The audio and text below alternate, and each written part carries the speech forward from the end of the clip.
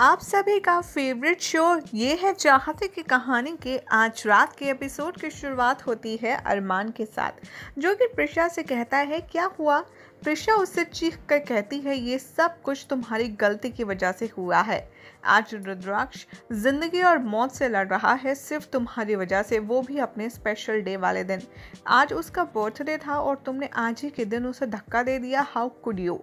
यहाँ पर जो अरमान है बेचारा प्रिशा को समझाने की कोशिश करता है और कहता है कि डोंट वरी, तुम चिंता मत करो। इसे सुनते ही प्रिशा और गुस्से में आ जाती है और कहती है कि मैं रुद्राक्ष की ज़िंदगी में हमेशा से हूँ उसकी चिंता करने के लिए। अगर मैं ही उसकी चिंता नहीं करूँगी तो कौन करेगा भला। और वैसे भी मैं जा रही हूँ रुद्राक्ष के लिए ब्लड ग्रुप अरेंज करने के लिए। और वो ये कहकर हॉस्पिटल से चली जाती है। इधर अरमान उसके पीछे पीछे जाता है और कहता है प्रिशा मेरी बात तो सुनो, मेरी बात सुनो।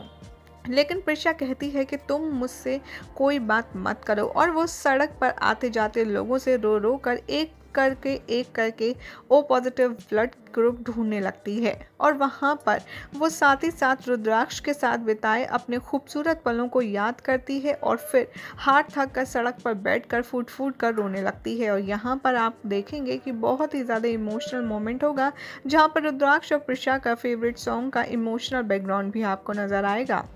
जैसे ही अरमान वहाँ पर आएगा वो कहेगा कि तुम्हें रुद्राक्ष के बिना नहीं जीना पड़ेगा, क्योंकि मैंने ब्लड ग्रुप का अरेंजमेंट कर लिया है ऑलरेडी।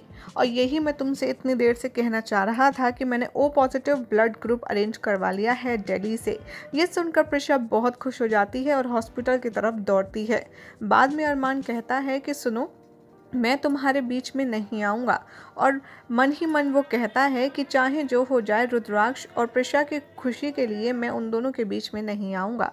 उधर हॉस्पिटल पहुँचते ही डॉक्टर इन्फॉर्म करता है प्रिशा को कि सर्जरी तो हो गई है, लेकिन अभी हमें रुद्राक्ष को ऑब्जर्वेशन में रखना होगा, क्योंकि हमें देखना है कि क्या उसे नॉर्मल वार्ड में हम शिफ्ट कर सकते हैं या नहीं। प्रिशा यहाँ पर रुद्राक्ष से माफ़ी मांगती है उसे हर्ट करने के लिए हमेशा, और कहती है कि तुम मेरी बात हमेशा सुनते हो, लेकिन एक मैं ही हूँ जो तुम्हारी बात सुन नहीं पाई, समझ नहीं पाई। उधर दूसरी तरफ लॉयर जो होगा वो पेपर्स दे देगा अहाना को और उससे कहेगा कि थोड़े से टाइम में आपको सारे पैसे भी मिल जाएंगे।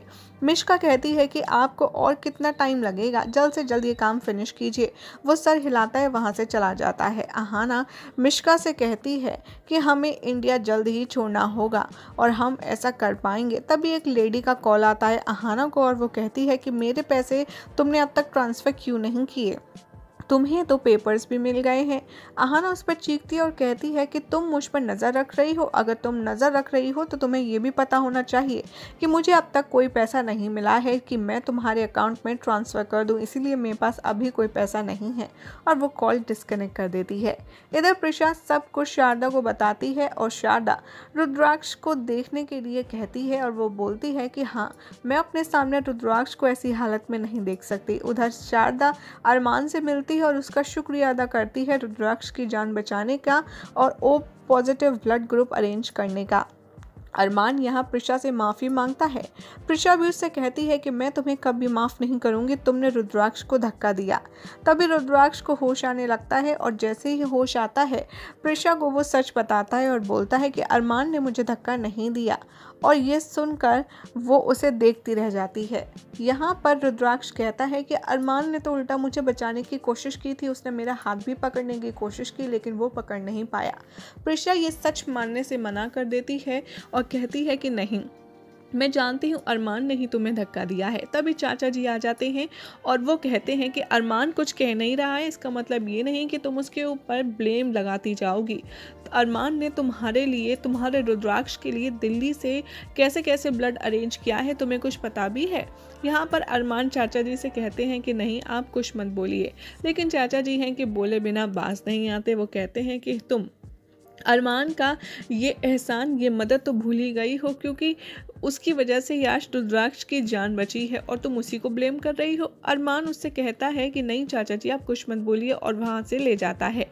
बाद में वो कहता है कि प्रिशा, अभी हैप्पी रहना चाहती है और वो रुद्राक्ष के बिना खुश नहीं रह पाएगी। दिग्विजय कहता है कि क्या तुम पागल हो गए हो अरमान, अपना प्यार तुम ऐसे ही जाने दोगे। तभी वहां पर शारदा डॉक्टर से मिलने जाती है और प्रिशा रुद्राक्ष को हक करती है, रोती है और उससे कहती है कि रुद्र, तुम्हारी सांसें लौट आई तो ऐसा लगा कि मेरी सांसें आ गई। मैं तुम्हारे बिना नहीं रह सकती, लेकिन मैं तुम्हारे साथ आ भी नहीं सकती। यही हो जाएगा आज रात के एपिसोड का एंड, जिसके बाद कल क्या होगा आपको बताएंगे नेक्स्ट रिपोर्ट में। और ऐसी मजेदार अपडेट्स के लिए चैनल को सब्सक्राइब और लाइक शेयर तो आप कर ही देंगे।